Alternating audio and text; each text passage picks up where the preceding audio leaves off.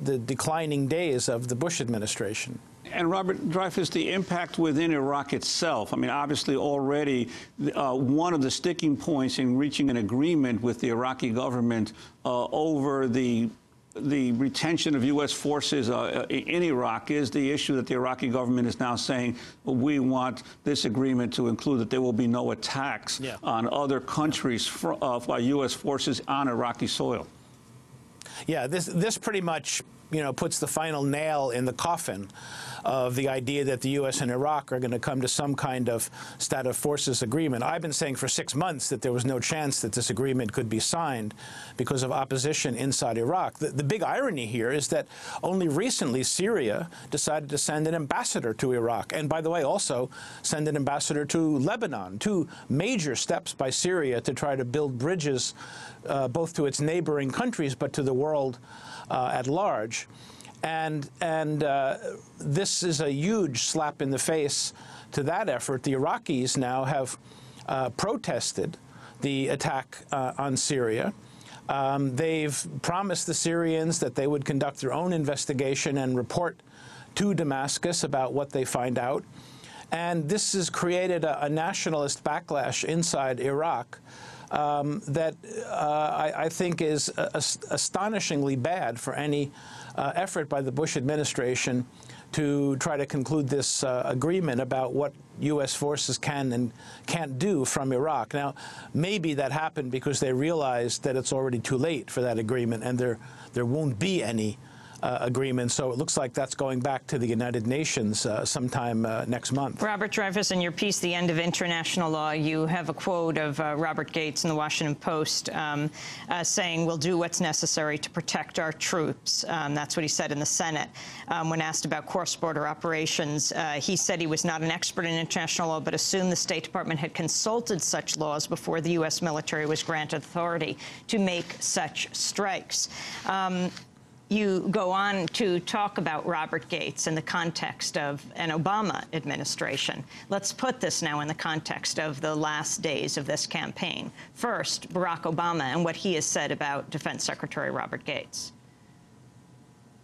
Well, several of Barack Obama's advisors, especially Richard Danzig, who is his key inside advisor on military affairs, has suggested overtly, publicly, that Senator Obama might keep Robert Gates on as Secretary of Defense.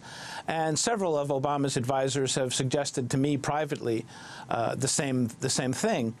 I mean, I would find that very troubling if he's going to continue to keep Gates on as Secretary of Defense, not only because of his association with Bush and the war on terrorism, but his own past as someone who's manipulated intelligence. You know, he's got a long record going back to the 1980s as someone who's rigged the intelligence game to fix it in favor of policy.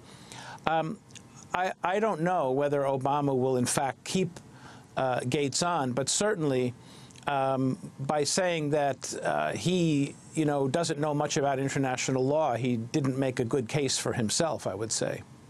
And in terms of Obama himself and policy in the region, obviously, while he's been opposed to the Iraq war, he continues to support the increasing the number of troops in Afghanistan. And in your interviews with Susan Rice, one of his major foreign policy advisors, you suggest that he will be much more aggressive when it comes to, quote, humanitarian interventions by the United States around the world.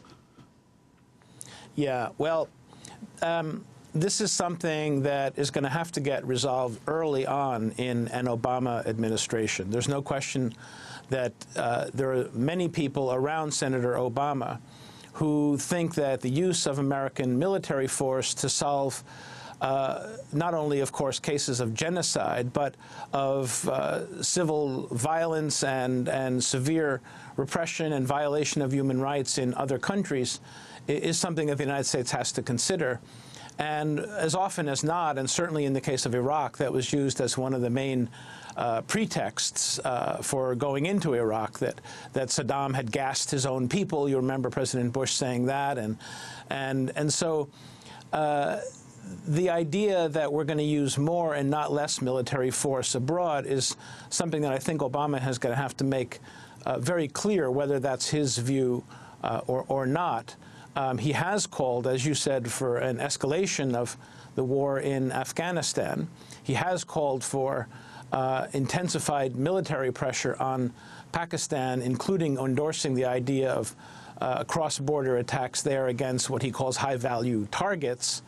I don't know, he hasn't said whether he means that to be just Islamic militants or actually top al-Qaeda leaders, but in any case, he's certainly left the door open for this kind of activity. And when I saw Mike Vickers, the Assistant Secretary of Defense for Special Operations last week, I asked him if he was prepared for a new administration, of his unit at the Pentagon and his 60,000 operators, including many of them in covert form, are prepared for a new boss in the White House and what he expects.